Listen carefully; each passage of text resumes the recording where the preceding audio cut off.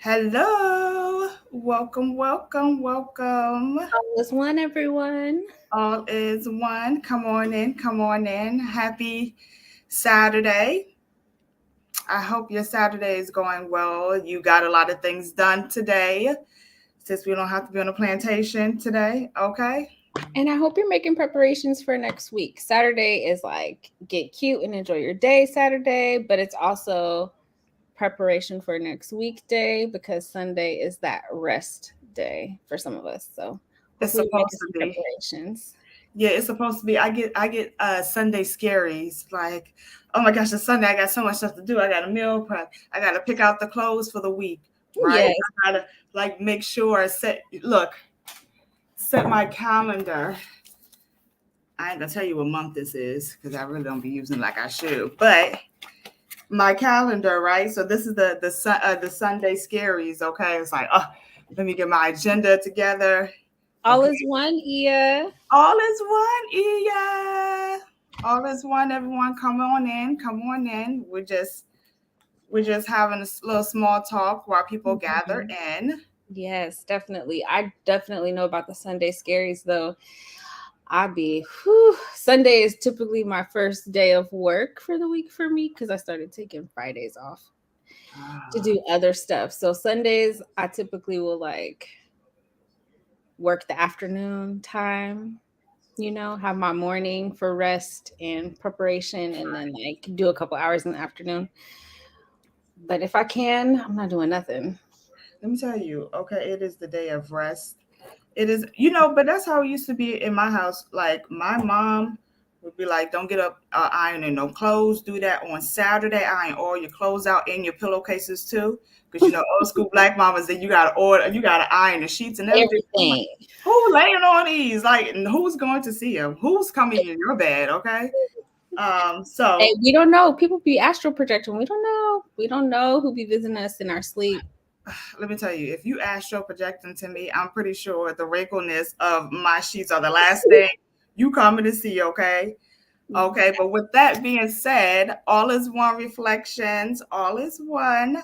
I am Priestess Omo Sule. I am one of the goddaughters of the Reverend Priestess Oshun Funke Iyanifa, the beautiful Reverend Priestess Oshun Funke Iyanifa. And I am also a staff member at the Orisha Hoodoo Institute. I am a admin in the Orisha Hoodoo Institute Facebook group. You probably see me around. And we are here today with the lovely Priestess. You want to introduce yourself? Hello, all is one, everyone. I'm Priestess Olaia Ifasebee. I am one of the Orisha Hoodoo Institute's initiated priestesses and also a longtime student of Reverend Priestess Oshun Funke Ianifa. Hi, everyone. Okay, so today, as you know, we are going to talk about self love and career. So, if you are just now joining us and you've missed the other lives that we've had shame on you, shame on you. Now I'm playing. Welcome, welcome, welcome. Okay, so we have talked about self love and parenting, self love and relationships. Thank you, self love and relationships. So go back to either the Facebook group or our personal Facebooks and YouTubes and check out our videos because there's more where that came Mhm. from. Okay.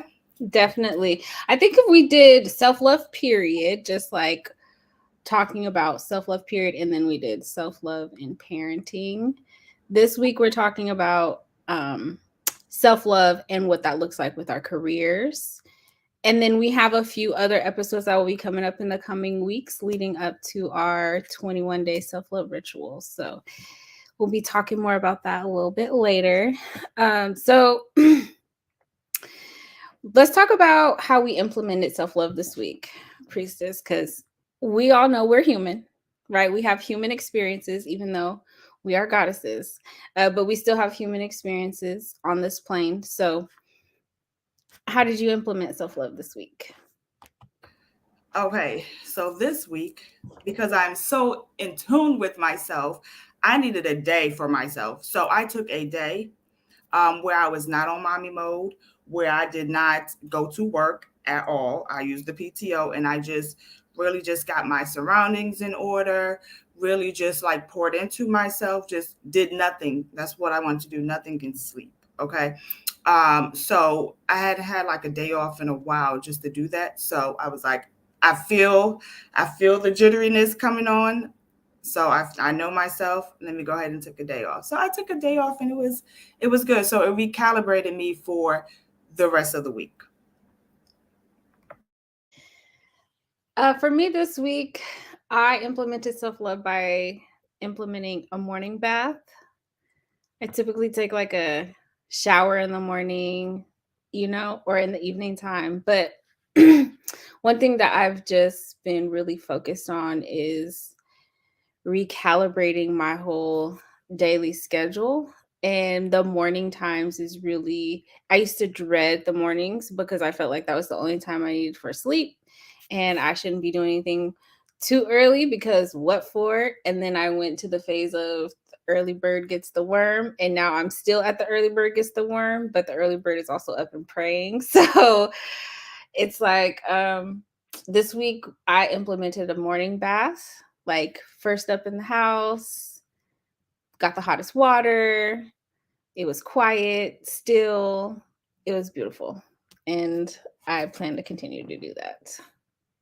So how did it set your tone? Like, all right, so did you notice a difference? How did you feel once you were done? Do you feel like your day was more productive? You were more at ease? Because maybe I need to start implementing that. But that means I would have to get up like 5 o'clock in the morning. So I did actually notice a difference. So typically, with a shower, it's like for some people, I like long showers, so not so much hustle bustle, busy, busy. But some days it is like that. So you get in the shower, get out the shower, get dressed, go about your day, right? But when I do baths, and depending on the bath that I do, I like to air dry. So it kind of gives me time to ease into my day instead of feeling like I really need to rush into my day or going where I need to get to or that a meeting that I have, right? So it made me feel like I really had complete control over my day and how my day got started and what I set the tone for my day because I was relaxed, already prayed up, meditated up, protection up, like all the things. And I was able to just ease into my day. It was beautiful. I love that. One day I would love to like just have the time. And it really means just me, being disciplined to wake up early enough. But I do know, like today, I didn't have to go to work. So today is Osha Ifa. So, I did what I had to do and, got myself was really had the time to recalibrate. Cause I know in the morning it's kind of like, I got my alarm set for like 5 o'clock to like 6:45. Okay. And it's like always pressing snooze. Okay. But it felt good to really do my things and my spiritual workings and my spiritual regimen besides, the morning ignition, like in the morning time, So um, one day when I work for myself, I'll be able to control my schedule. Okay, we'll talk more about that later. But when you're on other people's time, you have to be, more strategic. So I like that idea. Okay, Egbe. I loved it. I work for the community, right? So even though I have my own schedule, all that I'm doing is for them. And so I don't mind starting my day at 5 o'clock in the morning, even though my work day isn't starting till 10 o'clock. That gives me a 5 hour jump start to really like do my spiritual work, do some business things, and then get my nonprofit hat on, right? So that's already three different hats within 5 hours of each other, but it gives me the opportunity to do those things without feeling like I'm rushing or missing something, and then ultimately having like a topsy turvy day. Amen. I share you, Babo. Okay. So where are we jumping into now? So we talked about the recap, and we talked about how we implemented self-love this week. Can anyone that's on this live, you could put it in the chat, let us know how you implemented, how you practice self-love this week. It doesn't have to be anything extravagant. It could have been like, I don't know if this self love, but you could have been like, I had a cigarette because I needed it. It was either the cigarette or, or Miss Shirley on the job. Okay. So if you would like to share, let me know, how did you practice self love this week?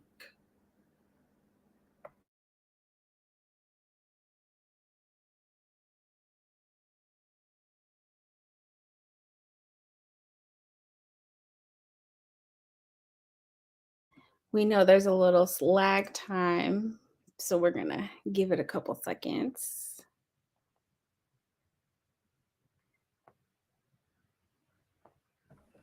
And you know what? If you haven't practiced self love this week, guess what? You got next week. Okay. Actually, you Mhm. got tomorrow. So implement it tomorrow. Okay. Don't wait And till, today, well, tomorrow is next week, technically. If you want to be technical, I'm like, well, Priestess, you said, don't be all up in the chat to tell me that. Okay. I just realized it. But, or you could start tonight.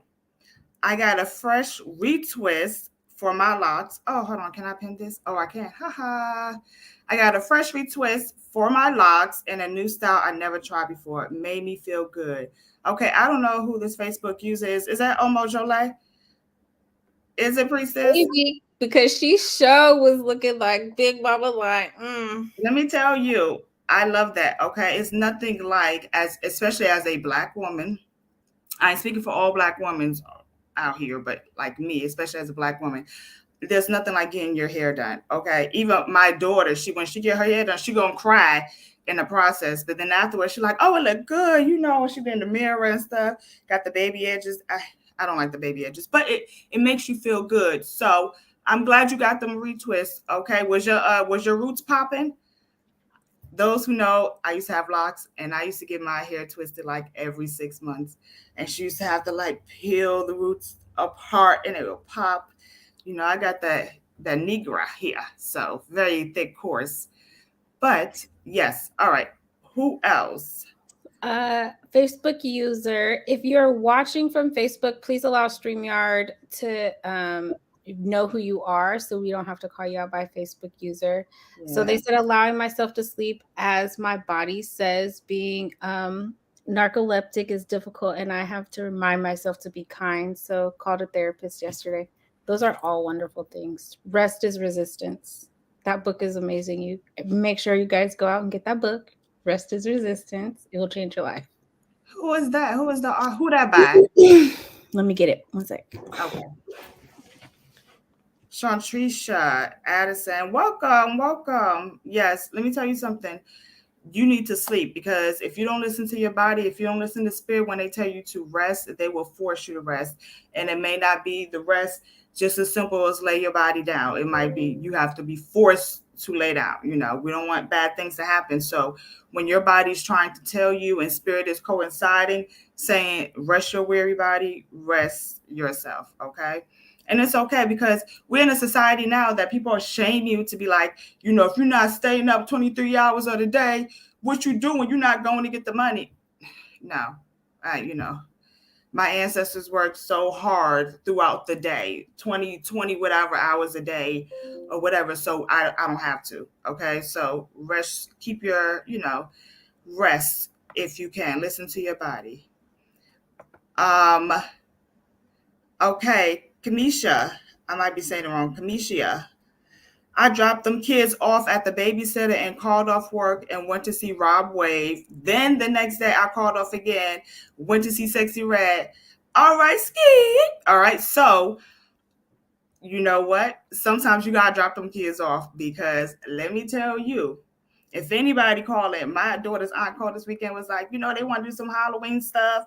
Can I can I come get her? Tell me when. When am I going? When are you coming? Okay, how long? When should I expect to magically appear again? Okay, don't tease me with a good time. Okay, so yes, how was the concert? How was it? All right, so I'm telling my age. I've heard of Rob Wave, but I'm not. I don't think I'm familiar with his music. I'm probably is. I probably am, but I just don't know who it is.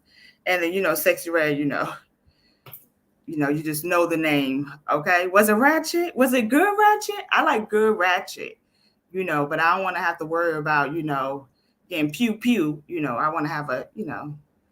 I don't want to be knucking and bucking. Okay, so that is right. And I hope that you enjoy every minute of it. I hope that your babies were taken care of, mishaps or anything. Okay. Am I not Shay? Okay. Oh, Rod Wave. Oh, yeah, I do know who that is. Don't let me start singing this song, but my daughter knows who he is. Okay. All is one, Priestess, Ifa Pamele, Omuware, Ogbanyomi. Okay. Pretty sure my book is at the office. Your book said, not today. You're not going to find me. Okay.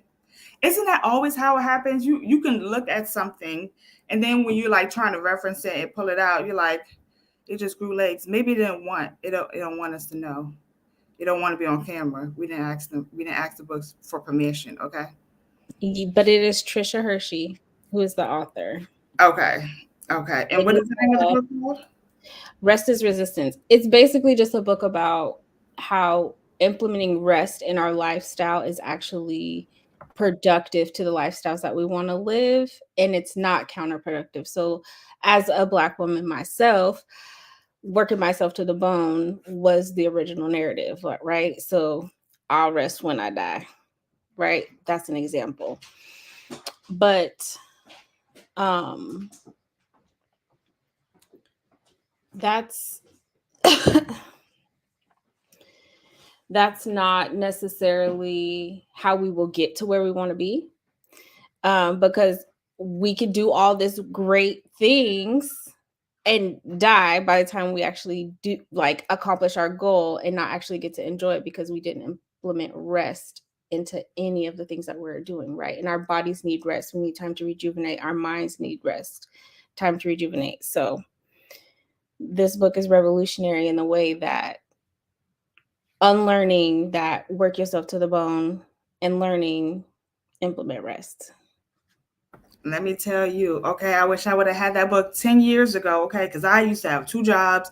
At one point, three jobs. I had three jobs in high school. Okay. But that, I think, because I was just like, I wanted money and I was in survival mode. And I used to always say, I rest when I die. Okay. And now I'm like, no, I need the rest. Okay. I want to be able to have a job where I could just rest frequently. Okay. So, um, balance. If we work hard, we should have days where we rest hard as well. And that is true.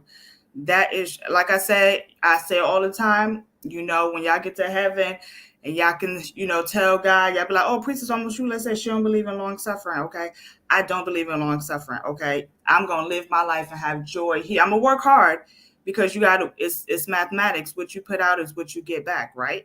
But it doesn't mean that you have to suffer. You might have to make sacrifices with some things. Okay. So instead of like, traveling, taking this weekend vacation, I need to take the money and pour it into my business, so I can start getting that revenue in and stop, talking about it, but be about it. So sometimes there is sacrifices that you have to do, but that don't mean that I got to work myself like a mule. Okay. My ancestors did it, so I wouldn't have to do it. They paved the way for me. And I'm going to keep it there because I can just go on and on and on. Okay. Facts. Okay, so I dropped the name of the book. It's Rest is Resistance by Trisha Hershey. Um, so Priestess almost Shule. Let's let's let's get this self-love intersection career going. What career field are you in? Okay. So um how do I want to say it without, so the plantation that I work on, I do my 9 to 6 that I do that pays, the little bills. I work in energy. So I work in climate change. So we do test studies and write not articles, but basically research based information that publications that we put out to help with climate change, global warming. We all know that it's real. So that is the career field that I am, but I'm working my way to become a full-time priestess. Okay. So yeah, I'm in energy, climate change. Climate change is real. Don't let people, it is October 28th and it's 82 degrees outside in Washington, D.C. You will never hear me complain about it being nice, because what did I take? I took my black ass outside, okay, in the sunlight, okay? Because next week it's gonna be like it's supposed to be in October. So climate change is real, okay? But I won't complain about it. My descendants might have to deal with it, but we're starting what the field that I work in. We're starting the work, so hopefully the people behind us can like clean up the earth. Okay. Okay. And so, in the field of energy and climate change awareness, how do you practice self love within your career? Because I know, being a leader in my community, that I do energy work within my nonprofit. So, I know the extent and how much reading and research goes into energy work. So, how do you implement self love? So if I'm going to be transparent, which is the only thing I know how to do, okay? I'm just there to pay bills. I am not going to lie, okay? I know that this is a job that I'm in until I am able to have my own business and thrive in my business. So what I do in this field, and for those that y'all know my story, I was unemployed for a minute. So I knew I didn't want to go back to social work because it was going to take me out. It was going to take me under. Okay. But I promise you, I told God, I said, if you give me a job that pay me decent, what I feel I deserve, I will sit my ass at this computer and mind my business. And I do. I sit my ass at the computer and mind my business. I don't go to like extra. I say no. I say I've learned to say no. My job, they have a lot of like happy hours and things of that sort.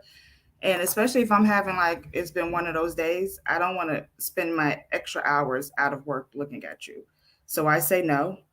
I When I feel like it's becoming too much, because these are people that are passionate about this, where I'm just here because so I won't get fined until I go to the next step. I know people are passionate about it. So when I realize it start getting a little bit too intense, what am I going to do? I'm going to work from home if I can, or I'm going to take a day off like I did, this past week.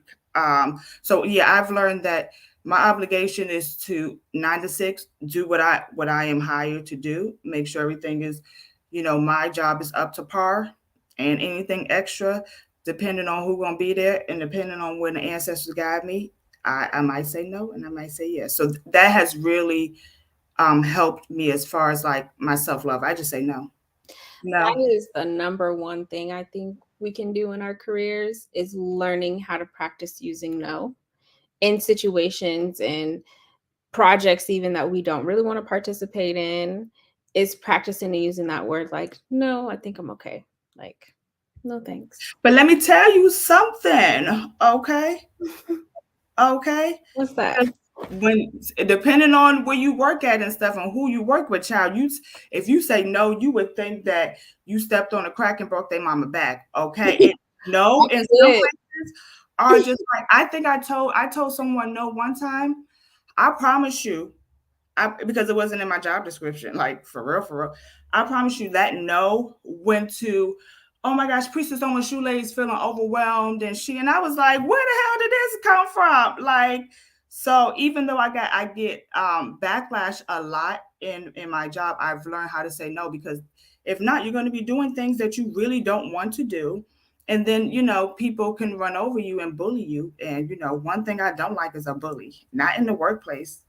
I don't like adult bullies. Little kid bullies, we could kind of mold them and teach them, rough them up a little bit, make examples out of them, call your little cousins to beat them up. But adult bullies, they're a little harder to navigate. So when you say no to them, it's like, whoo, okay. I definitely have said no a couple times and definitely caught the shade. But I'm unapologetic about saying no. Especially, okay, so my line of work, I do community development and community organizing, and that requires being in the community a lot. So I be outside sometimes, and sometimes I am in my little den, like a little panther, tucked away somewhere. making preparations, you know, because practicing that no has saved me on so many occasions. But also saying no sometimes will inflict the wrong type of harm on people. And it's like it's a self-inflicted type of thing. It's not you're actually inflicting that harm on them, they're inflicting that on themselves, and it's healthy for you but not healthy for them. So sometimes that's the most healthy thing that we can do for ourselves is to say no. Oh, you already know. I wish I knew that 10 years ago. I don't want to say I wish I knew that 10 years ago, but definitely in the workplace, I in my past jobs, places of employment, I come from the field of mental health, social work, okay? And so that's a pretty, intense. And so I learned early on, well, not early on, I wanted to save everybody. But then I learned, don't save her. She don't want to be saved. Some people don't want to be saved. And so I used to be like a yes person. Yes, yes, okay. Oh, I see what I can do. Or, trying to turn water into wine type of thing. And I realized that it was just like I was setting myself up for disaster. And then because I laid that foundation of being a yes person, and everybody wanted to work with me, when I started to say no, reasonably no, with certain things, it's like, oh my gosh, you a bitch, and all this other. It was just like the world crashed. So I've learned, especially in this job, to set the foundation. So I remember one time they were like emailing me and on a Sunday or something, and I told them, I was like, I don't work on I what does my contract say? Monday through Friday, right? I don't work on the weekends. And it was like, you don't? And I was like, no, I don't. Because there was times where I set the foundation where I say yes to working on weekends, and it's like I'm working 7 days straight, no rest for the weary. Okay. And then I'm not effectively doing my job. So set the foundation. And if you know it's not in your job description, if you know that you don't want to do it and it might become a problem later on down the line, say no, because you don't want to be, backpedaling and pussy popping after you realize that you bit off more than you can chew. Listen, listen. Jamila Parker said that was her at the beginning of their current career. Very overwhelming. So,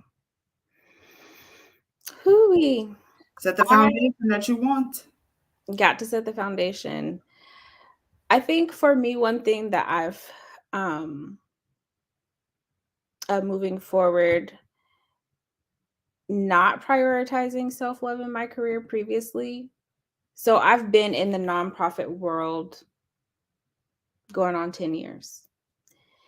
And the first nonprofit that I was actually working in, this was like my actual, okay, I think this is the type of work I'm supposed to be doing, type of finding my purpose. And it was great, gratifying work. Um, but there wasn't a lot of care that went into the work that I actually was doing on the nonprofit side. Like they weren't giving me care. So it continued and perpetuated that, environment of no care. Um and when I lost my father in the beginning of or at the end of 2017, that propelled me into just straight up work. Like it was, there's no care, there's nobody who really is looking out to see like, oh, she just actually lost someone but is out here helping people who are also losing people and helping people who are trying to find themselves. But there was no care for me, so I literally was graveyard. I sometimes would work doubles and triples. So that was a time period for me in the beginning of my nonprofit world of just like, I'm just gonna completely submerge myself into here.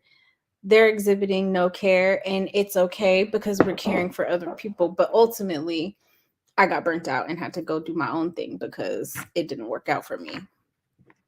So that's like one,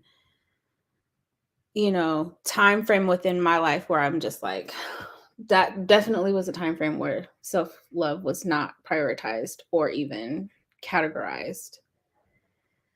Because especially those that,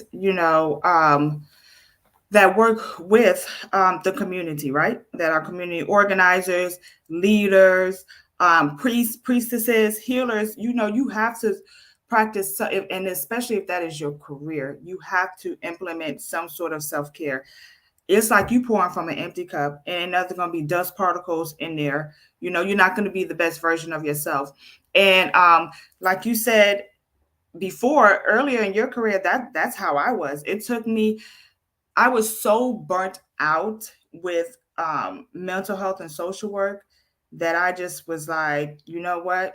I just got up one day and was like, I can't do this. I can't. And so, and it's something that I really enjoy doing. But if people don't care, if the quality of service is not good, then of course with the company, they're not going to care about the employees, right? They want numbers, bring that money in, get that billing done. Okay, because Medicaid gotta pay us and all this other stuff. And so we end up pouring from an empty cup, especially, those that are, and so I hope those that are out there are priestesses now, and healers and community organizers that's in the community with the people, because even the people that you can help, they got shit attached to them. If you want to take it a little bit deeper, they got spiritual things going on as well, and so you have to stay protected as well.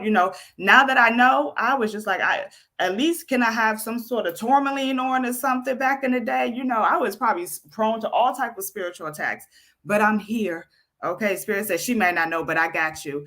So you have to make sure that you're staying protected, because as much as we want to help those and help our community, help our people, and make our pin mark into our little mark into this world, we have to make sure that we're ready for the war that we fighting. We can't be out here in a community warrior with no type of armor on, no type of breastplate on. Listen, listen.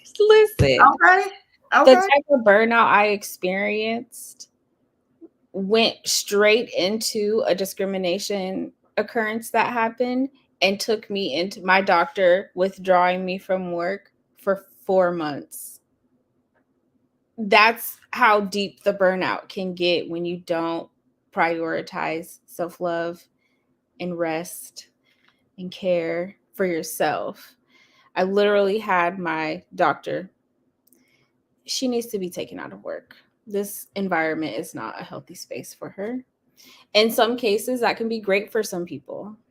In other cases, that can also be a detriment to your life, right? Because you're not working. And if depending on the, benefits and package that you have, like you may or may not actually be getting paid during that time. So for me, it took me into where I am today.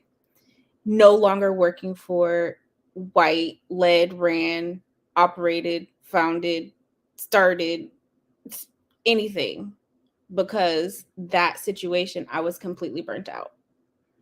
Not only from the job, but also from the experience, and also like, so the layers, the job, the experience, the work, and then all of that together with no self-love. Completely wiped out. Yeah. And then and I might be skipping around, but spirit sometimes make us uncomfortable and make these situations happen in the career, because we ain't motherfuckers supposed to be there.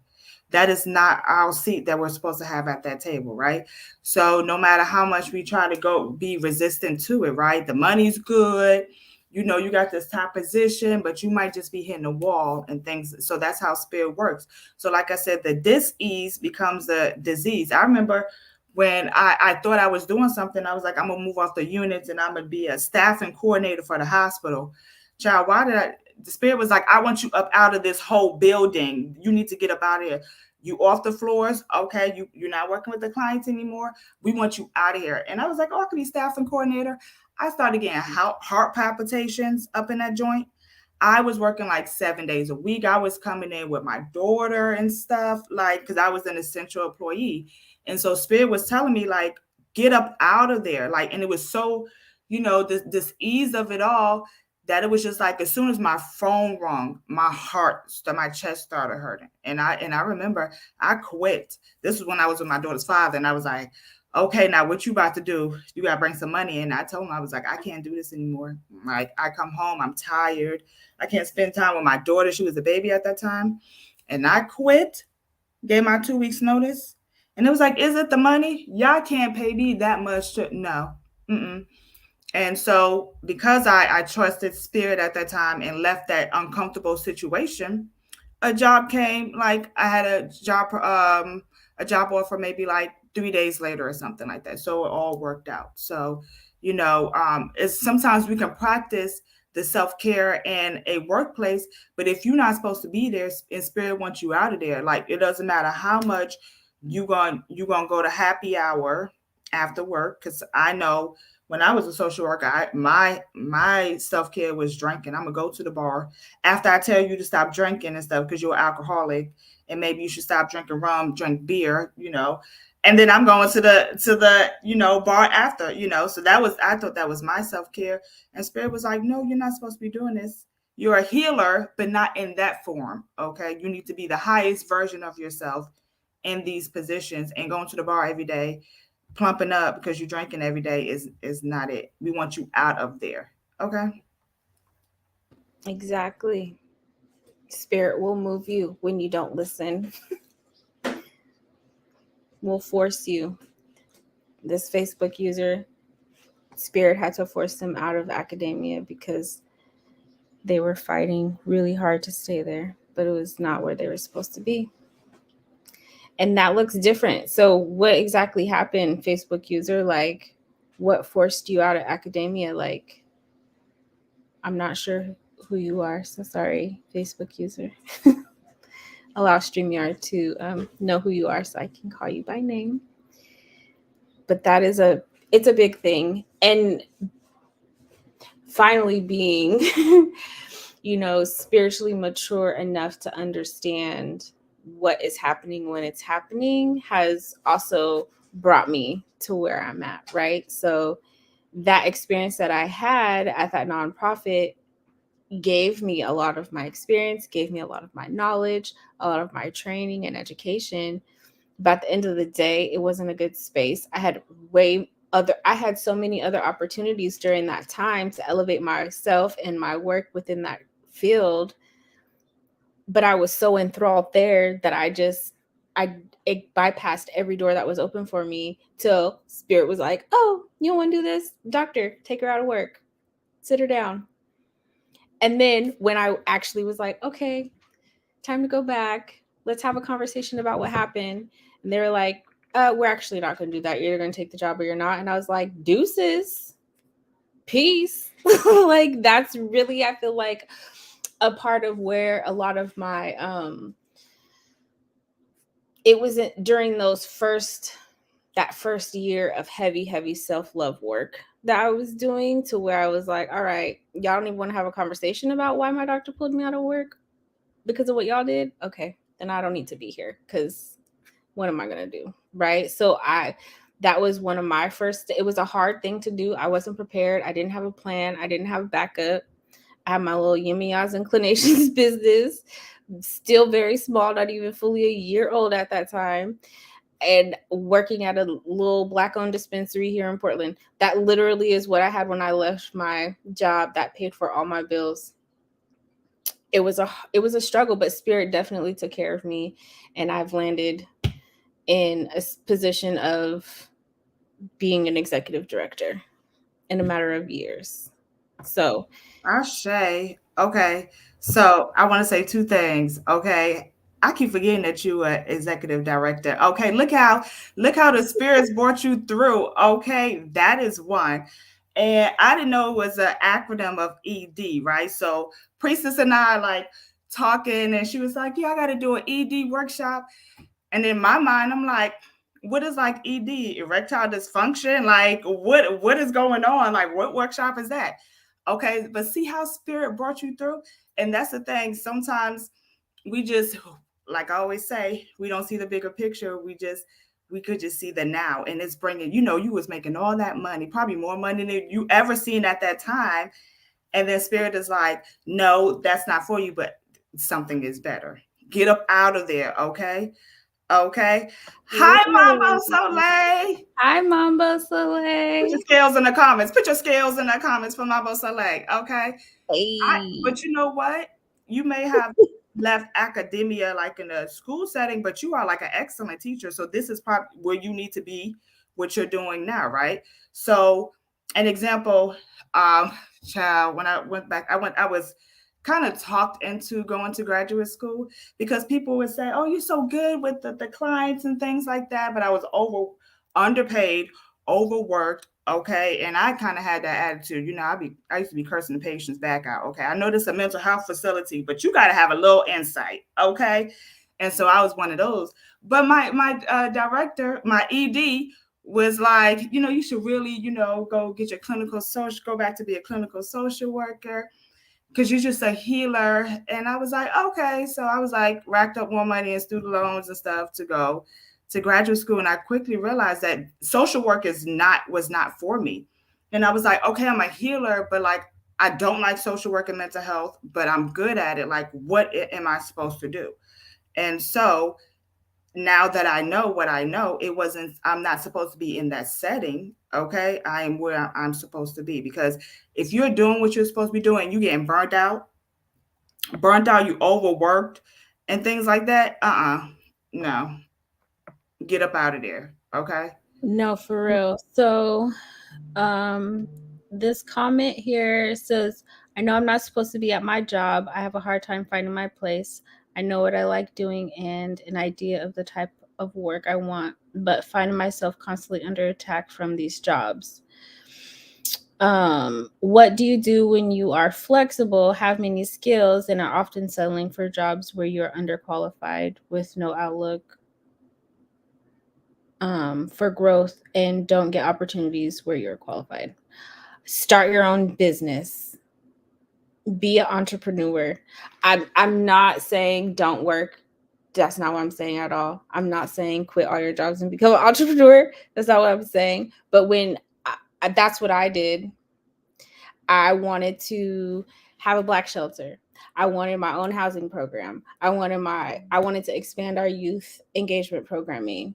And from 2020 to now, I've leveled up the organization that I co-founded and am in the process of developing an actual housing program because what I was doing, the skills that I've acquired and tapped into, showed me and led me to my path and purpose.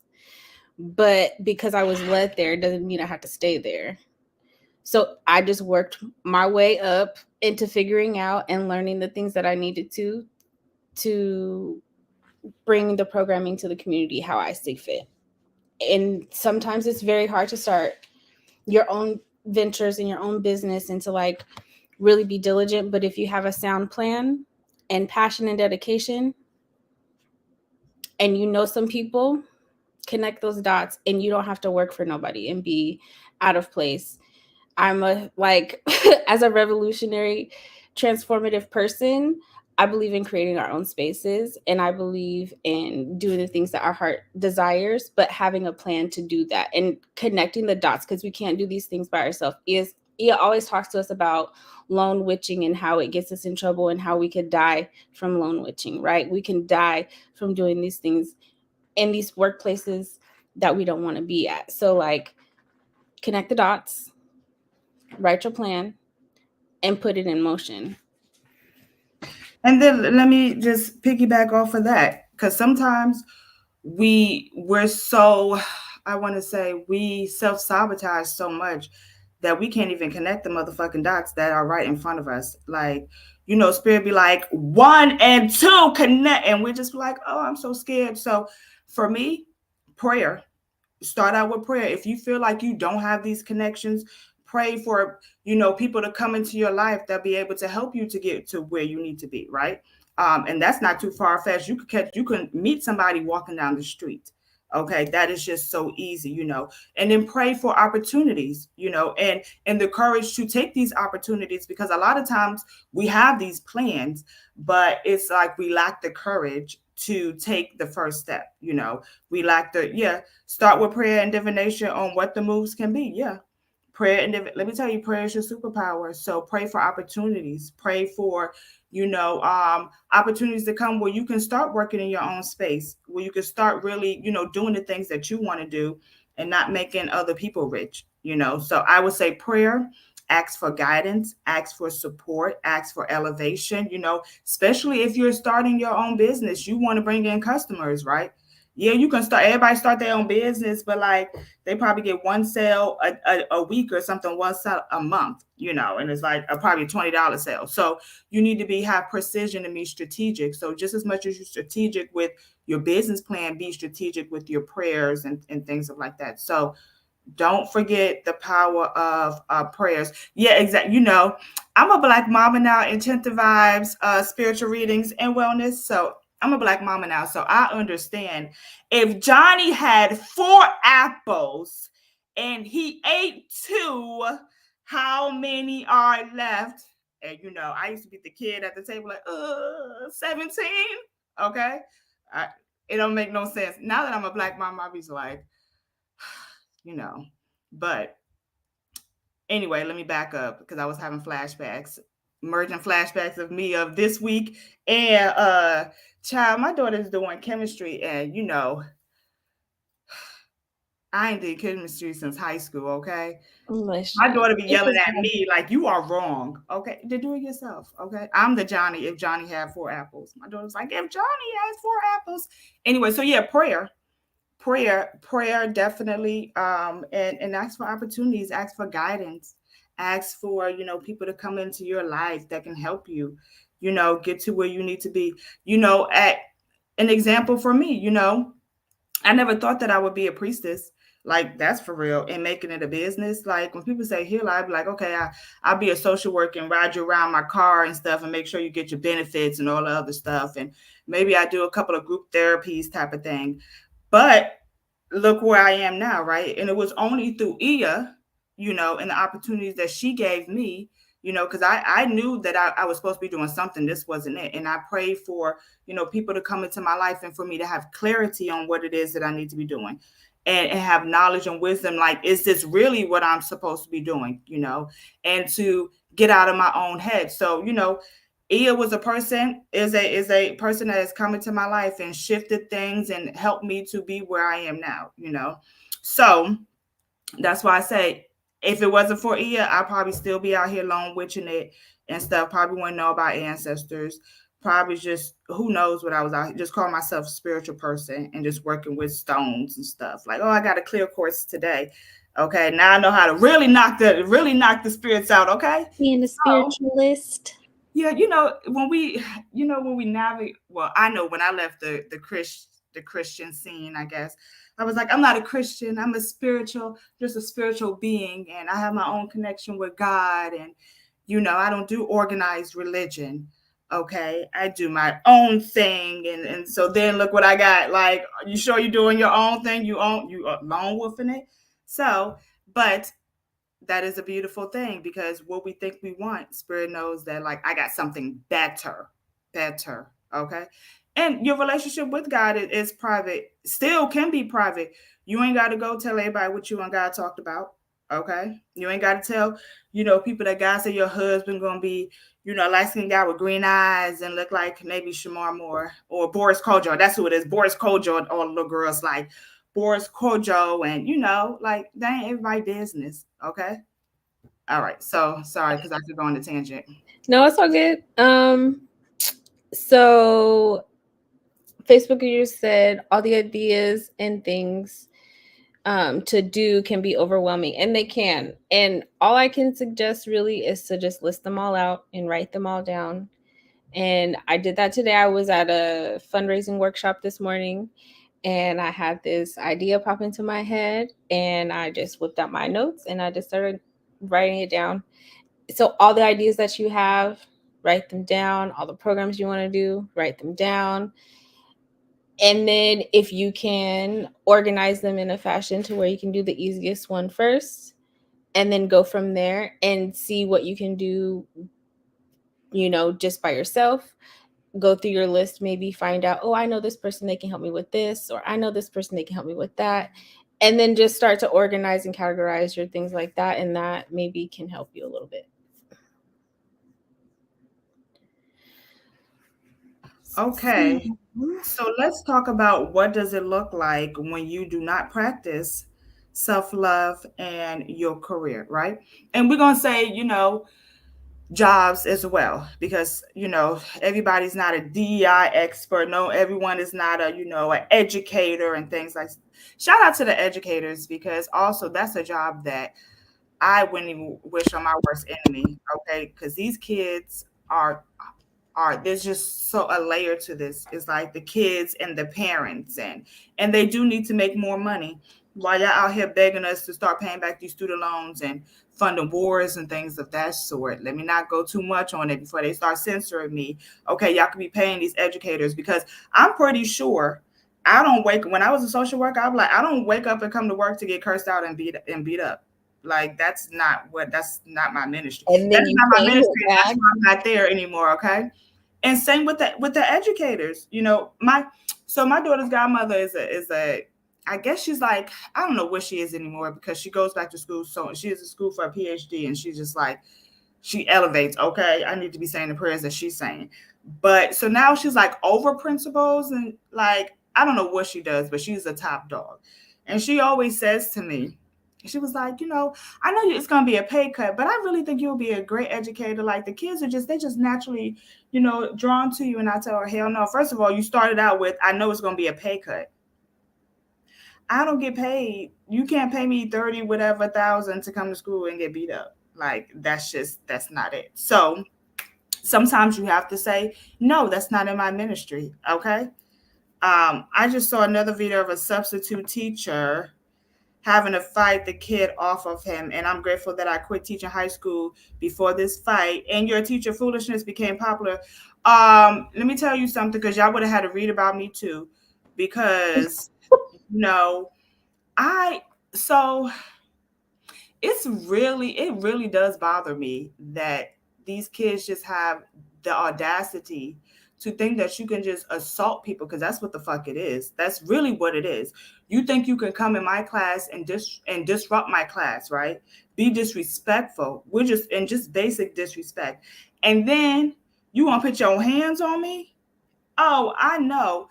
You know what? It's a no for me. It's a no for me. And I just and sometimes the parents are, according to my friend who's a teacher, the parents are just as bad. The parents are just as, the apple don't fall too far from the tree. But I remember one time I was cursing at school. I don't know who went and told my mom, but my mom had rollers in her hair and she put on her little house coat. I lied to you not. And this was like in New York. And I'm standing in front of the corner store, because you don't go home after school. You just hang out with your friends. And my mama yoked me up because I was saying 4-letter words at school. Okay. And she said, I don't know what teacher told. I don't know what teacher heard me and how y'all would even hear me, but they heard me and they told. Okay. And nowadays that you call a parent, the parent gonna curse you out for telling you that their kid is out of pocket. So shout out to the educators, because that is your ministry, and you're probably going to be really blessed, but learn, if you feel like your school don't you know value you, and if you feel like them kids don't value you, get up out of there. Okay. Or Yeah. hire Mr. Clark, so it could be East Side High. Yeah, that's probably what they need. They need Mr. More Mr. Clarks up in there, Joe Clarks. Send your Okay. bad kids over here to me. Child. Them kids be like, you ain't my mommy. Shut I up, know I'm kid. not your mom. Shut up, doodle That's, head. that's exactly what I tell these little. I'm not your mom. So, Um, uh, let's get it together. they be out of pocket. And I just be like, I tell my daughter all the time, girl, don't you, if you ever let me hear that you be on the subway train doing this stuff, like, it's like, we're going to have a real serious problems up in here, like, for real. Like, please don't ever let me hear you be disrespectful to adults. She didn't want to give up her seat for adult the other day. Talking about something, she tired, girl. You've been ripping and running at school all day. It's an elderly lady with like a walker. And my daughter talking about my feet hurt. Girl, you too young for your feet to be hurting. So we need to evaluate something that's going on, because you should not be saying your feet hurt. And you get up for an elder. Get yourself up, ma'am. And the lady was like, no, it's okay. Ma'am, sit down. It's okay. Because the next day, they're going to be cursing in front of you. All this other, running you over. Like, we're gonna start with the foundation right. Ma'am, get up, ma'am. You can sit down. You're welcome. Okay. What the young kids talking about they tired? Tired from what? I bet if it was on Roblox eating them Takis and all them other stuff they eat, they have the energy. But let me not go too hard on the kids. I guess they're a reflection of what we're doing as adults. Anyway, so let's continue because I don't want to go too hard. Like, oh, she thinks she a good mama. You No, are a great mother. I am the bomb. You Okay, are a great but mother. I'm also a realist. The realer they are, the greater they are. Period. Okay, Okay, because who's gonna let their child go through life not being fully aware of what to expect because they're too afraid to be real with them? Like, but if you be don't do it real in the and real world, the world will. yeah, exactly. And then they will be hurt, and then they will be having grudges against you and feeling Yeah. some type of way against you because you felt like they were too young to know. No, I really and I realize that sometimes as adults, this ain't a self-love and parenting because we kind of going off a tangent. But as a parent, I had to kind of self-check myself. We have to teach kids things, right? So of course, my daughter is not going to know that the tone that she's taking with me is like very like, you know, I would get slapped for less of that just for a look, okay? If my eyes got wide, okay? So you have to teach these children things because I had to tell my daughter the other day, like, girl, I'm not your friend. Like, how you talking to me is like a little bit disrespectful. I understand you feel comfortable, but like, leave it on the motherfucking playground. Don't bring this in the house, okay? Because I'm not your little friend. And I don't know if I told you, I was looking for some shea butter. I was the last person with the shea butter. And so I asked my daughter where it was. And she said, you was the last person. I was like, correct. So let me go look. And I couldn't find it. And so I yelled upstairs and I said, I can't find it. And my daughter said, well, look harder. And I said, I'll be damn. What the?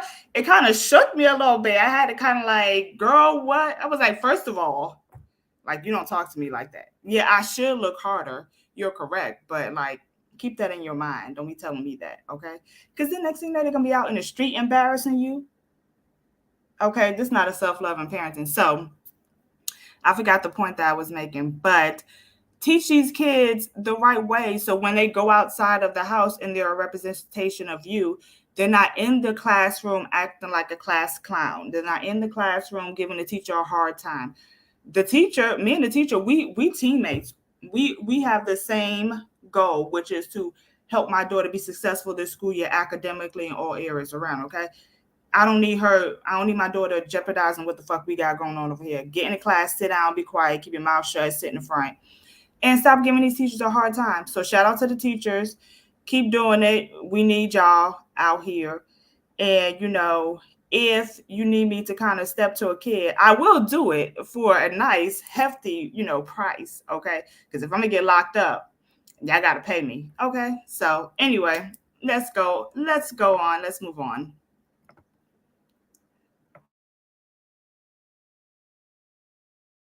Oh, you're muted, Priestess. We talked about our careers. We've talked about what did it look like practicing self-love or not practicing self-love during our careers. So let's bring it to the now, the present time, and talk about how are you currently incorporating self-love and your career? Like, what's that mesh up look like?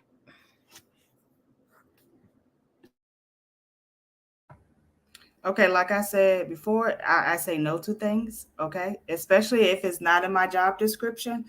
Um, and honestly, I value myself, right? And I value because I know if I'm not the best version of myself, I can't be the best version for anyone else. So, you know what?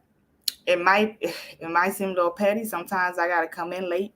Sometimes I gotta work from home through the morning to get my mind right, and then come into the office. So because I'm so attuned with my body and how my body reacts to things, how my mind reacts to things, if energy is off, I'm going to make the necessary adjustments in order to recalibrate myself. So that's whether that is, hey, I know everybody is today's an anchor day and I need to be in work, but guess what? I need to come in at noon and I'm going to spend that time until I get to pray and recalibrate myself and things like that. So I definitely say no. I take breaks when needed. Okay. Sometimes we believe that sitting at the desk all day and not taking lunch break I ain't never seen a motherfucker get an award for not taking a lunch break. I've never, I've never heard, well, not in my lifetime, where a boss says, "Oh, I noticed you didn't take a lunch break today. Good job, we see you." No, if you see me, give me that money. So I take my lunch breaks. I nourish myself, okay, because I can't be hungry and angry at sitting at the workplace, you know. So I'm in tune to my body and what I need, so I know the things that I need and what how things start to project or manifest in my life when I need certain things. So if I need to, mommy duty, because we all know how kids can be. If mommy duty is becoming too much, okay, I need to call someone and say, hey, can you take her for a weekend? If I think, the work is becoming too much at my job, I need to be like, you know what? I need to like take a break. So I'm going to like, maybe take a weekend vacation and be off on Monday, that type of thing. So just honoring how I feel and make the corrections and the adjustments that I need in this career while I'm in this position that I am in now. Um, so yeah, I don't take breaks much. I didn't take break much at the restaurant. Having to poop was my break. Child, let me tell you something. Okay, ain't nothing like just sitting there like, oh, I gotta go to the bathroom, and then just acting like you have to poop. And I'm like, dang, you was in there a long time, but I'll be in there on my phone, cursing out, reevaluating my life, like, why the fuck I got this job, okay? But did y'all get free food at the restaurants? I used to work at KFC. That was like my first job. I got fired from that job too, y'all. But I got fired from a lot of my jobs, okay, because I wasn't supposed to be there, okay. Um, but I used to work at KFC, and I used to be like, before I started working, I was like, oh my gosh, I eat KFC every day. That stuff start getting your pores in your hair. They gave us like a 10% discount or something. We didn't get free food. See, yeah, we didn't get free food. They gave us like a 10% discount.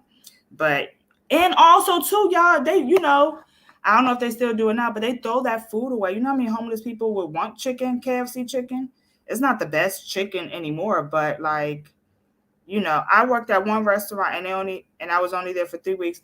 Exactly. Because people, let me tell you something.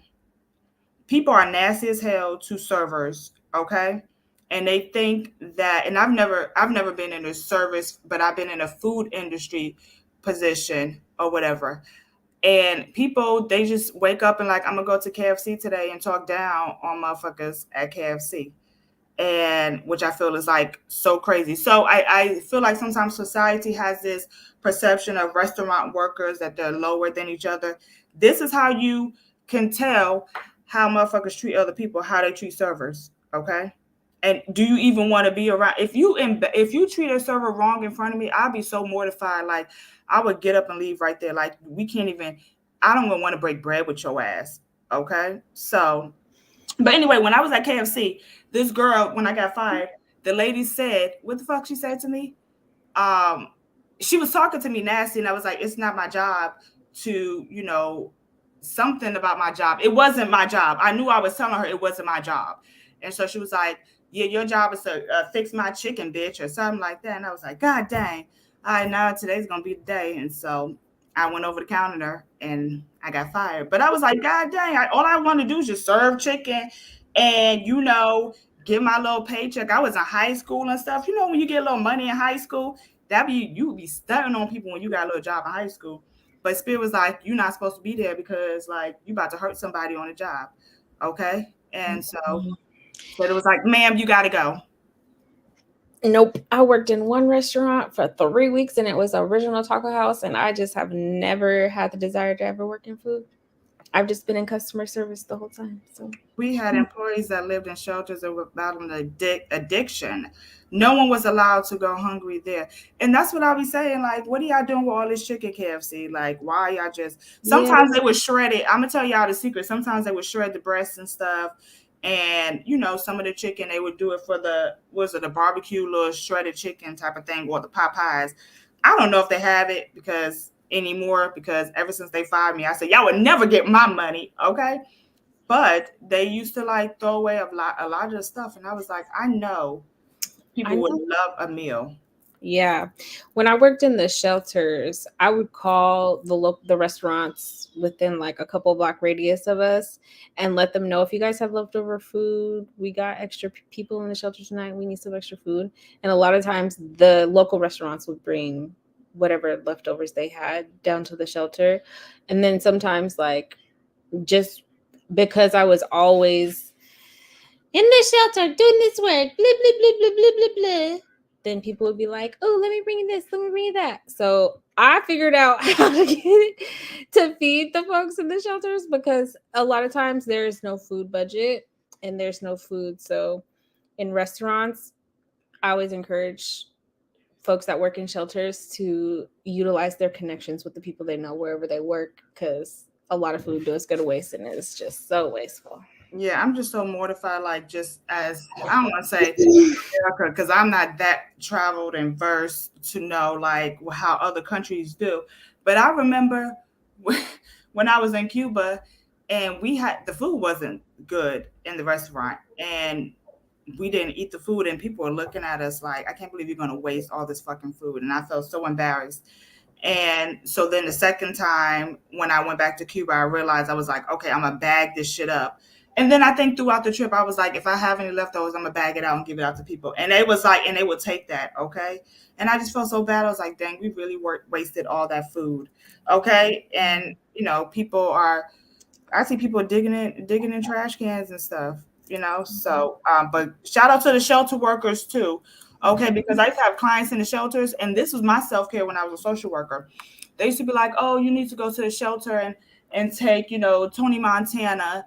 That's not his real name, but Tony Montana to the doctor." But Tony Montana is like infested with body lice and scabies, and I'd be like, and how are we supposed to do this in my car that I love, that I pay for?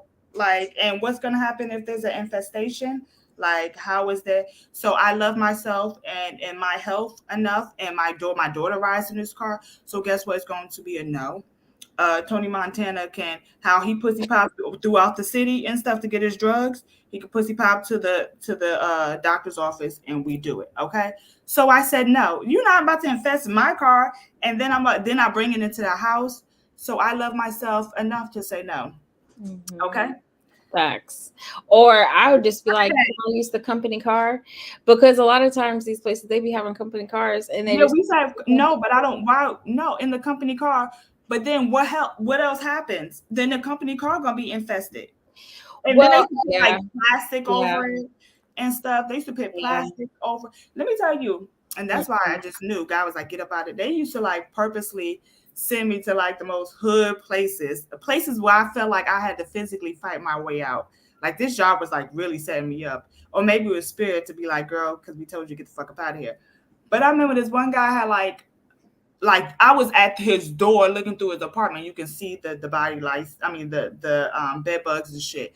And it was like, you gotta take him to the laundromat.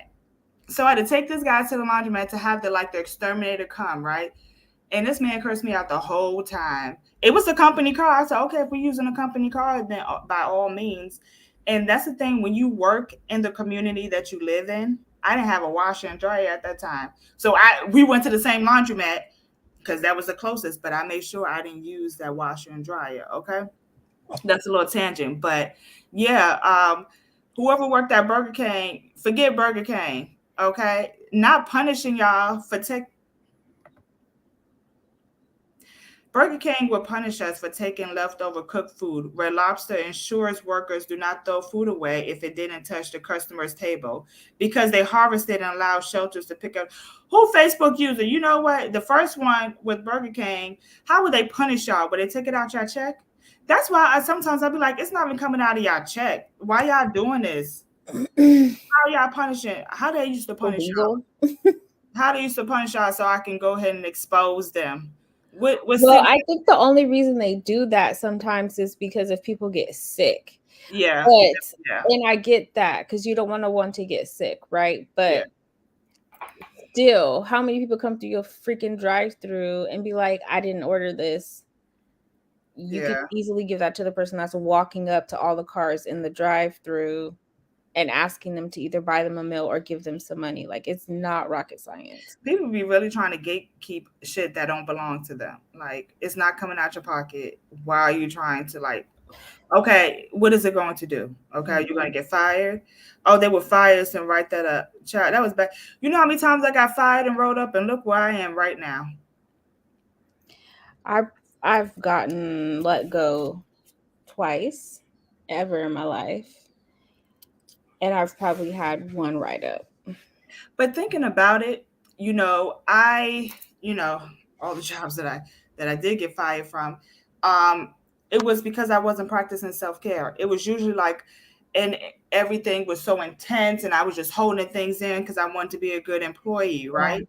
And because I wanted to, heal the world, make it a better place for you and me, right? And I was just taking a lot of things, and then usually it'd be like, you know what, fuck this shit.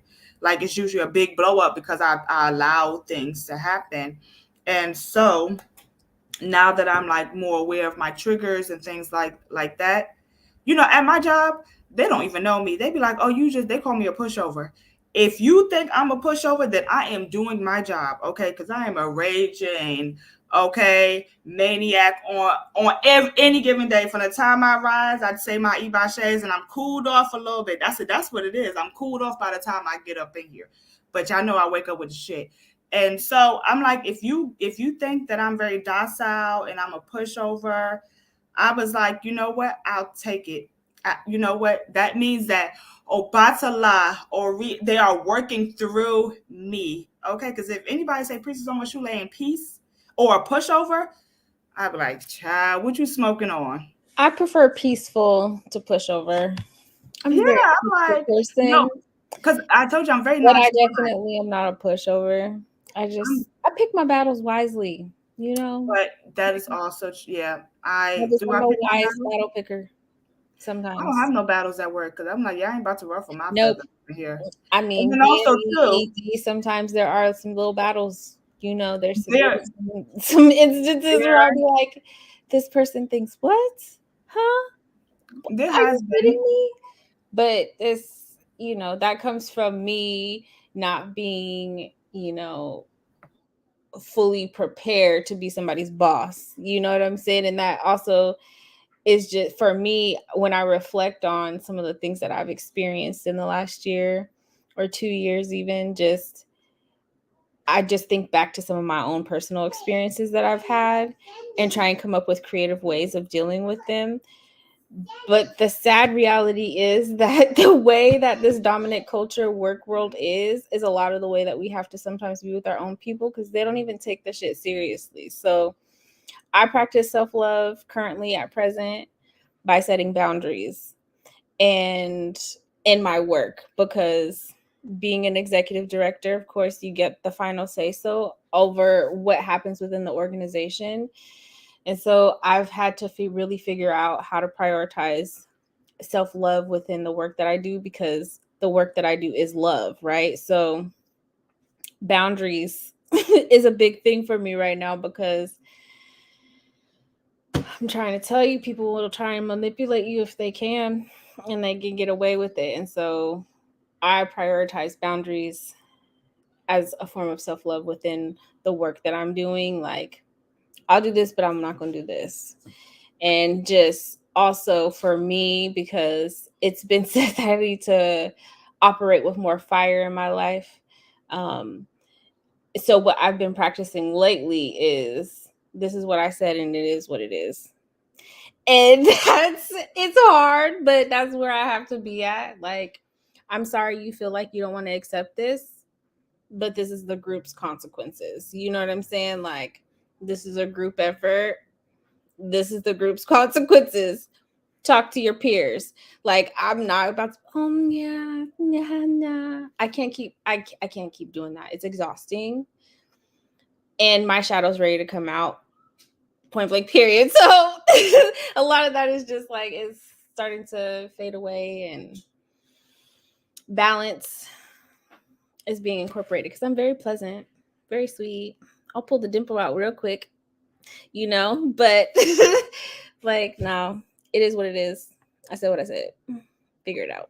And that's a fact too, because when I transitioned from like uh I was like a clinical milieu manager, so I used to like run a unit, to being staffing coordinator. Like everybody thought I was their friends. I mean, we were cool, but then like, damn, like I'm the supervisor now, so I can't show favoritism and things of that sort. But let's also back up. Another, we didn't even talk about that. Sometimes we limit ourselves because of our self-love in the career, right? Especially as women, especially as Black women. And so something, I ain't gonna do it in my job because when I'm getting up out of there, okay? But for those that want to like elevate in your current positions, how about go for that promotion? You know what I'm saying? Sometimes we don't even express self-love. We don't even show ourselves self-love in the workplace because like how I think, just in this position and the energy position, I'm gonna keep my head down and stay out the way. And sometimes in a male dominated field, because I used to work for the FAA too, y'all, and but that's the Federal Aviation Administration. So federal government aviation, that's a male dominated role, aviation, right? So a lot of times you see like these managers, high up managers, right? Black women, just to be, and so it's a male dominant and white. Okay, so it's not a lot of us in the FA, especially as like high executives and stuff, and deputy, directors and stuff. Um, so sometimes we don't even go for the promotion. We already know sometimes that it's a shoe in that Bill Bob is gonna get this director position or whatever because he a brown nose or he white or whatever. And so sometimes our lack of self love, we don't even go off of we block our own blessings, because what's for us is for us, but how do we know what's not for us if we don't even go out and try, you know? And that's why when I do my self evaluations, five, five, five, I'll be elaborate with it. Okay, I'll be elaborate. Hey, you I can't prefer that. I exactly right. prefer you to be like, I'm the best at this. I do this, this, this, this, and this. And I want you to elaborate on all the reasons why you're wonderful, because when I go through and do my review and tell you all the ways that I need you to improve, I need you to just look back at all the ways that you're wonderful and then compare it to my list. It's not even going to compare. My list is probably going to be small. You know what I'm saying? Like, just take that, Go for elaborate that. on yourself. Go for. Like, Let me tell you how y'all be on the internet talking shit about I'm the baddest bitch and no bitch can touch me. I look good. Go into the office like that. Go that into the part. nursing. Go into the hospital like that. Okay. Go into, Mhm. because also too, I am the only Black person in my company, so I'm in a white space, right? And so go into that space like, yeah, I deserve to be here as well. Yeah, I am one out of how many people in the organization, but I deserve here just to be as much as you Yep. here. I deserve this promotion just as much. Now I might be bullshitting at the motherfucking job because I'm not passionate about it, but I may not be passionate about it, but I do have pride in my work. And whatever I do, if my name is attached to it, it's gonna be good. Ain't gonna be no foolishness and fuckery. So that's one thing. So yeah, I deserve. Okay. I deserve. So go for those promotions, you know? Yes, definitely go for the promotions and don't be afraid to go for that job that you've been dreaming of or that you've been eyeing at a whole nother company. Like, don't be afraid to do that because they're going to see that chance that you're taking on yourself and apply that to why they should hire you, right? Like, oh, you've been at this job for 7 years. You've elevated yourself within all those roles. There's still room for improvement there, but maybe this other place you're applying for, their values align better with yours. The pay is higher, the benefits are greater. You could be more passionate in your work, right? So don't also take that promotion, but also don't be afraid to go for that job that you want. Yeah, because it could be scary. It can be really scary starting out something new. You already know. Yeah, don't be afraid to go after them hold on. Yo, okay, first of all, Egg Bay. So I see your post about what was it? The girl said that I don't want to. It was a long post, but it was funny as hell. How the girl said that you was too preachy and she didn't want to work with you, and you read her, and I was like, I need to learn how to read people like Priestess Omisika. She was like, I'm glad that you don't want my services, okay? And so that's another, don't be afraid to go after those dream clients as well. Because you know what? I've suffered enough with with social work clients. As a priestess, I want a certain caliber of clients as well. If not, we'll get there. But you will see as a priestess, sometimes people will just, they take clients because it's money, and then your clients out here want you to do some bullshit ass PJAR shit, and it just be too much. Okay, so don't be afraid to go after them dream clients. Okay, let me tell you, I want to do spiritual work for Beyonce. Okay, I want to be her priestess, her personal priestess, and she could just fly me out and stuff whenever she needs spiritual work done. She'd be like, "Oh, Priestess almost Sule, y'all hear me manifesting it right now, right?" And then I'll be on a yacht with her. We be like, we be me and all out, okay? Oh, okay. And she just keep me on retainer. Okay, I want to be on retainer for Beyonce. I want to be on retainer for Barack Obama. I'll be like, Obama, they coming for you. They coming for you, Mr. President. Okay. So having integrity and self-care and exactly. Hold on. High integrity and self-care anywhere. That is a fact. Okay. That is a I'm trying to link up with Erica Badu. Child, let me tell you, Miss Badu, I would like could she be my isn't she a doula? Yes, she is a doula. She is spiritually in tuned, inclined, and connected. She need to That come would do my womb, watch teach my you womb. things. Yes, definitely. I And feel Issa like Rae too. Issa Rae, let me tell you, I like me some Issa Rae. Okay, yes, she black. She for the blacks. Okay. She. I sound so white saying that she for the blacks. She's for she's voting for everybody black. Look at all the blacks. Okay. But look, and that's how it is. And also too, as we elevate in our career, we're supposed to what? Reach back to pull forward. As the Delta say, you bring your people along with you. You said, I'm not talking about nepotism where, she got a GED and you trying to put her as executive director position with no experience and stuff. No shade to the GED, but there's certain caliber. So like, yeah, bring your people with you. It can't be like I got it out the mud, so you got to get it out the mud too. You get blessed when you bless other people as well. So especially if it's coming from the heart. So bring your people forward as you elevate. As I elevate spiritually, I try to tell my siblings certain things and try to give them two tips. Hell yeah, I'm telling my siblings to blow cinnamon through their house. Wash your hands with salt so that you can, because I know that it works. And this is just the introduction, and I want to bring them along for this fantastic voyage. Okay, this journey. Okay, so yeah, bring your people along. And if anybody got Erica Badu contact or Beyonce contact or Issa Rae contact, tell them to go ahead and put me on retainer.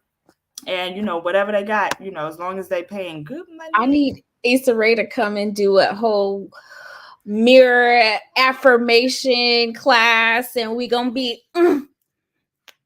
Cause she be on point though, but she do be on point, but them intrusive thoughts be real as fuck, okay? I be like, look, but also too, that could be a form of self-love. How Issa Rae is hyping herself up in the mirror. Sometimes you gotta tell yourself that shit until you believe it. Even if you don't believe it, even if you look like a broke down, crusty eyed bitch, you got all crusty all in your eyes and stuff, you tell yourself, I look good. And you put that on your mama too. Make sure if you put it on your mama and your granny, that's how you know it's true. Okay. But some men be lying on their mama and granny. So I don't know. I don't know if that really holds effect or anything, but I'm just saying. But yeah, talk to yourself in the mirror like that. When you get up in the morning, okay, hating ass Tony at the job, he going for my position. Tony can't do what I do because I'm the best. Okay. Everybody like me. Okay. I get my work done. Tony got boogers in his nose. He got coffee breath all day. Okay, his breath smell like garlic and coffee. Okay, Tony ain't got what I got. Okay, and you go on that job and you show Tony that he can't do what you can do. Mm-hmm. Okay, For real. And celebrate your wins please. silently or out loud. Like, whether it was you killed that presentation or you surpassed your goal or whatever the case is, celebrate that to yourself, with your loved ones, out loud, shout it at the rooftops. Like, do all the above. And when you do that, it encourages you yourself and lifts you up and amps you up to continue to do those things that make you feel great.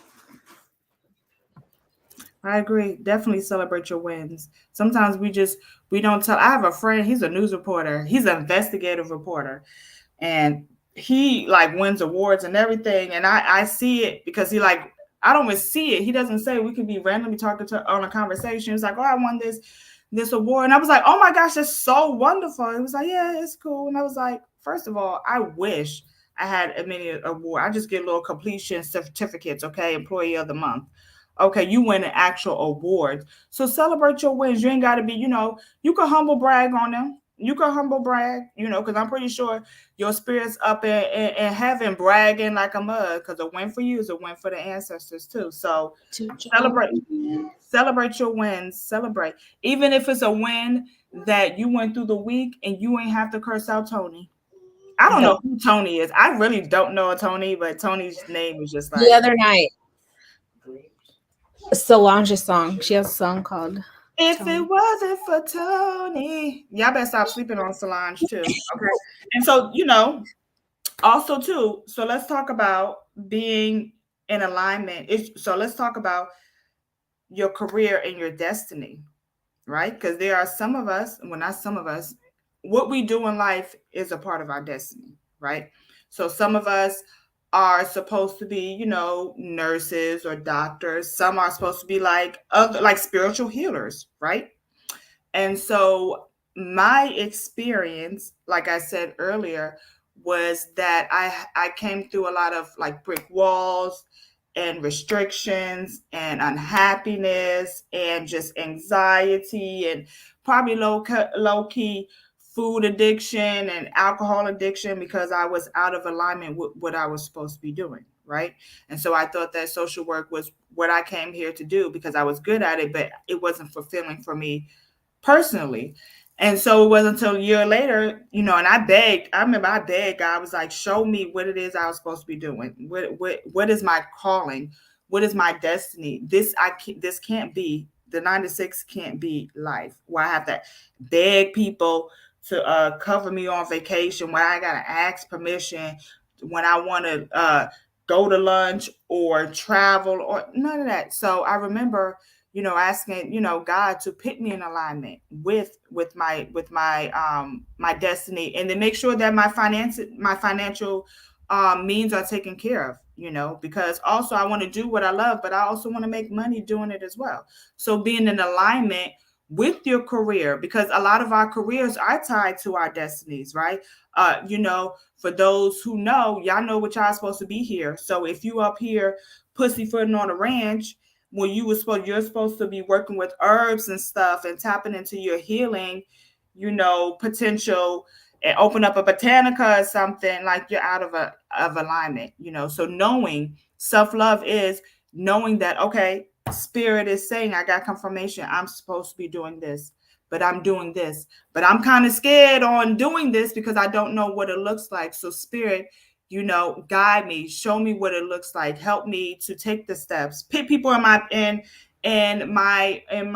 path that can bring me over to where it is I'm supposed to be in alignment. Because that's another thing too. If you're going in resistance of your destiny, which you're supposed to be, you ain't gonna never be happy. You ain't supposed to be working like a slave, like cattle slavery. Like, we're not supposed to be doing that. We're supposed, I want to wake up and be like, damn, today's going to be a good day. What I got on the books today. Oh, I got to do this. And I can have the freedom to do what I want when the fuck I want and pour into my child. That's what being in alignment with my destiny, not working 9 to 6. Okay, giving commands for people, talk about blue hydrogen, talking about offshore wind, like when I really want to give to the community. So make sure that what you're doing it is in alignment with spirit is trying to tell you, because obedience is better than sacrifice. You're not being obedient to spirit, then you're sacrificing on the job because of your lack of self-love. I don't think I can do this. Spirit said you can motherfucking do it, so do it. Like, just position yourself to do it. And if you don't know how to position yourself, position your mouth in prayer and just pray. And then spirit will position your feet and position people where you need to be. Also, Okay. you can get a reading. You can get a reading from any of the priestesses at Arisha Hoodoo Institute or Black Spectrum Network who do readings. And a lot of times you can ask questions about your career and get a solid answer. Or if you're in alignment with your destiny, it doesn't even have to be about your career. If you ask the right question, all the answers that you're looking for will come out. So also don't be afraid to get readings to ask questions. I know that's the thing. So people don't like I was having this conversation a couple days ago with a girlfriend of mine just about um the actual importance of being in alignment with your destiny and knowing and understanding why divination is important and not just being like, oh, the Bible says you're not supposed to know. Do, do, do, do. Okay, you can believe what you believe, but also the information is here for you to know and to make good use of it, right? So get a reading as well. That's the option you have. Yeah, and it's not, you know, Spirit is here to collaborate with you. They want it to be as easy as possible. Okay, I have a friend, and I guess he was going through a hard time. It was a while back, and I said, okay, well, do you need me to do a divination? Because usually he'll say, okay, I need you to do a divination. He was like, no, I want to figure it out on myself. You're not supposed to. You can figure it out with Spirit, because guess what? You're thinking about going right here down to the left, and Spirit is probably telling you to stay put and just wait, because you can't see what we're seeing. Like I said, that is how you communicate with Spirit. Lean not on your own understanding. So, there has been times where I've gotten readings and Spirit has warned me about certain things, or Spirit said, push me, like, okay, you're good, but we need to push you a little bit more. This is good, but you need to tune this in a little bit more. Okay. So don't be scared to tap into Spirit. Please don't be scared to tap into Spirit Please don't. and get a reading, because Spirit is not here to work against you. They want the same for you. Okay? Fact.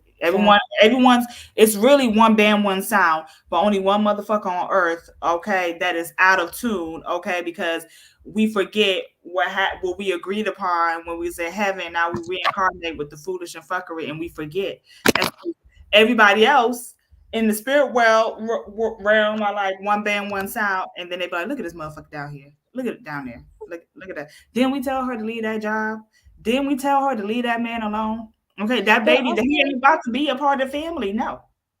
and then also, I think for me, one thing just in my year of elevation that I've been having this year, I think one thing that I've really just like taken into account even more deeply is just that the reason why we listen to spirit.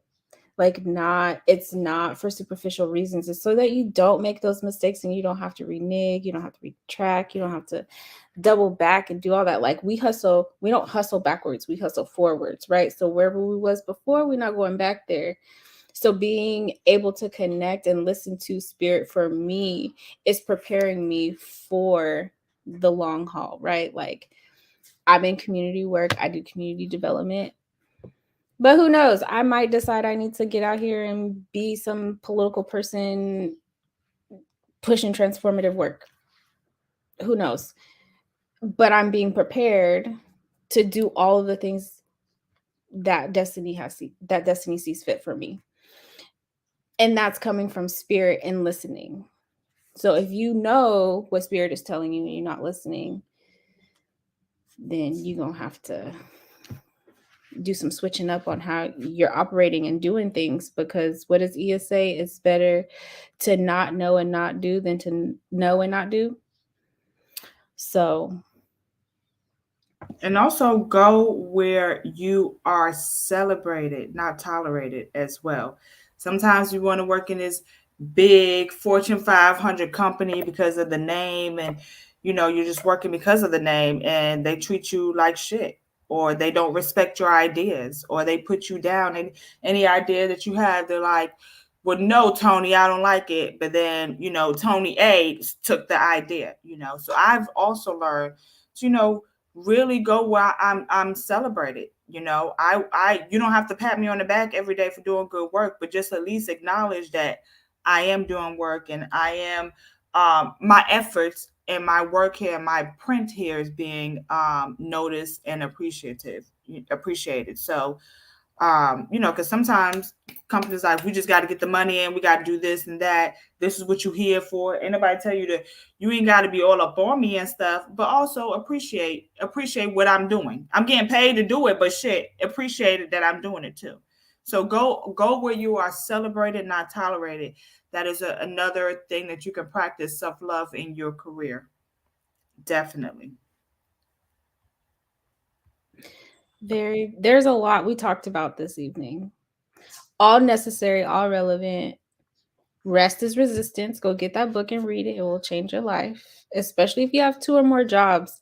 I mean, I just have the nonprofit. My business took a backseat this year, but it's making its way back up. But rest is definitely in my equation.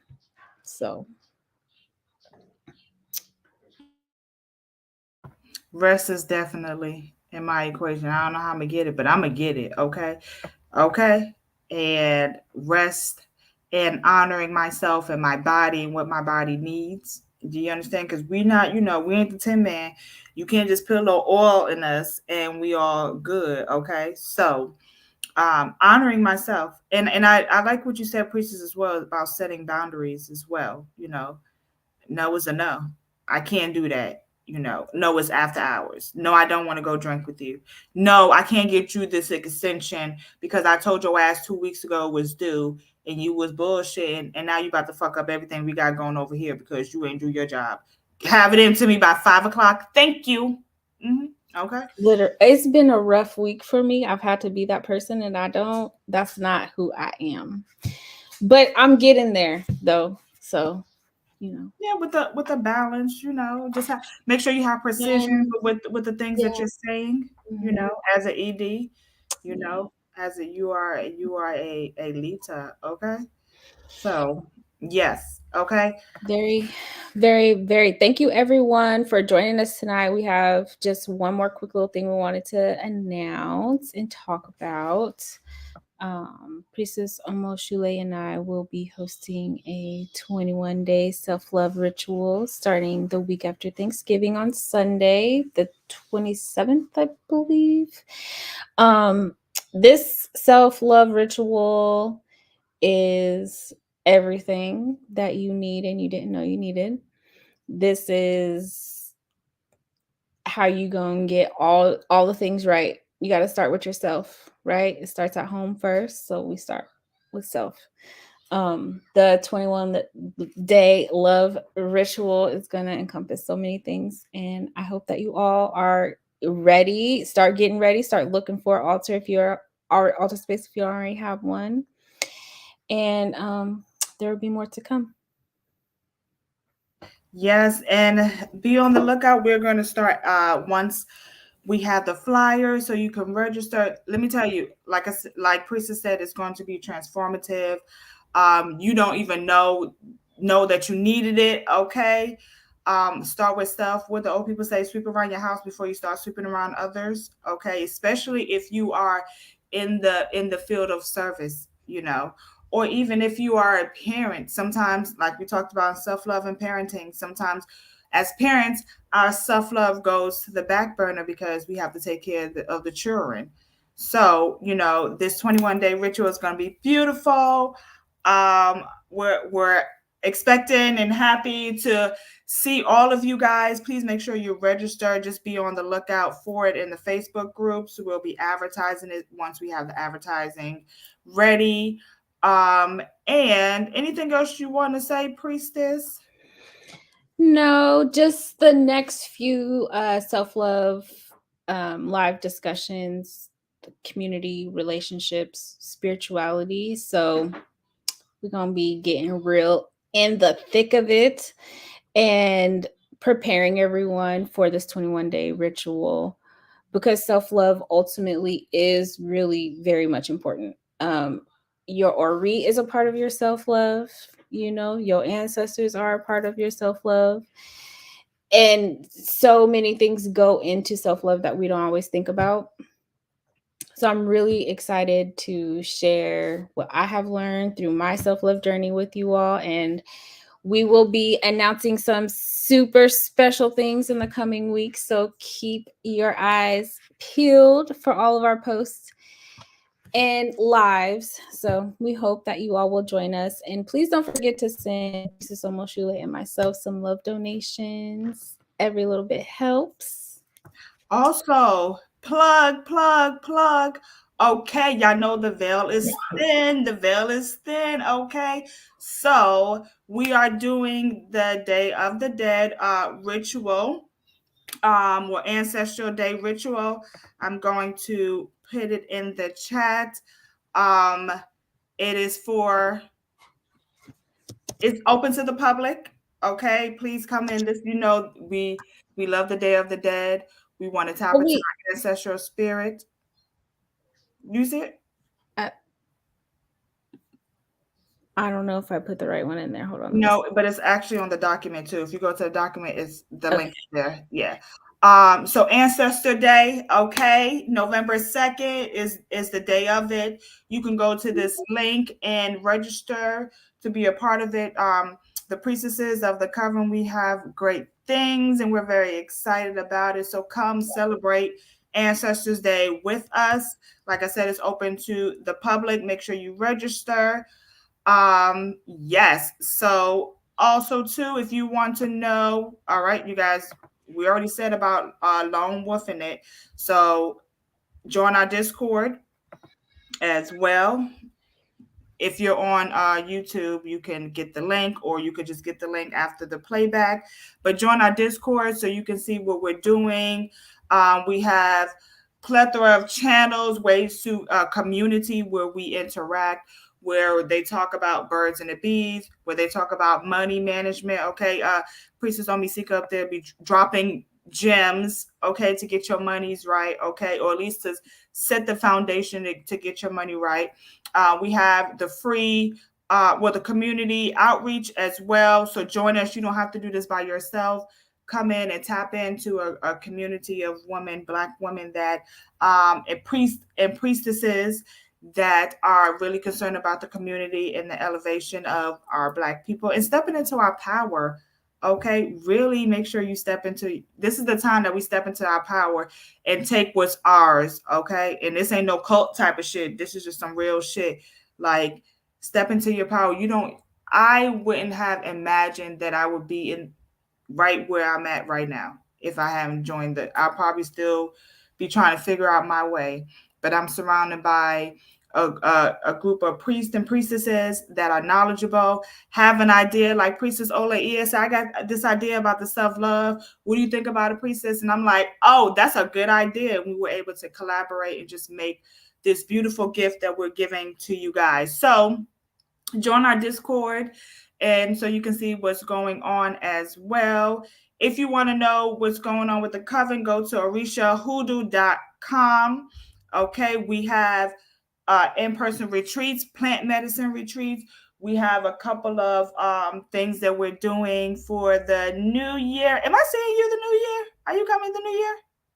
Maybe Yeah, I, boo. I'm okay. gonna be there. I'm about to So be New alive. Year, we gonna be getting our stuff together for the new year, bringing in the new year with good energy, positive energy, under the tutelage of the Reverend Priestess Oshun Funke Yanifa. Okay, and if you've never been to any of our in-person retreats or programs, then you missing out because it's a whole spiritual vibe and a good spiritual vibe. Okay. Facts.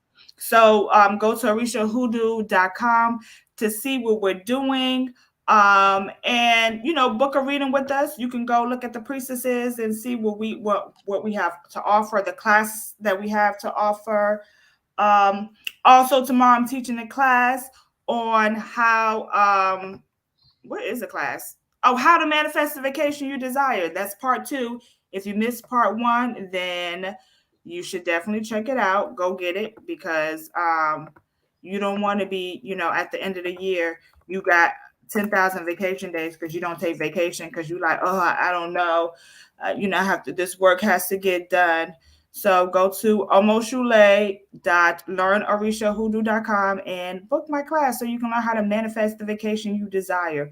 Okay, you working for 75 years, ain't take no vacation, and then guess what? You done died at the computer at the workplace, and what they gonna do? Uh, move your corpse out within 30 minutes and replace you within an hour. Okay, so come learn how to manifest the vacation you desire, so you can take a vacation when they start acting out on the plantation. Okay, I know I said a lot, but go to orishahoodoo.com, see what we're doing.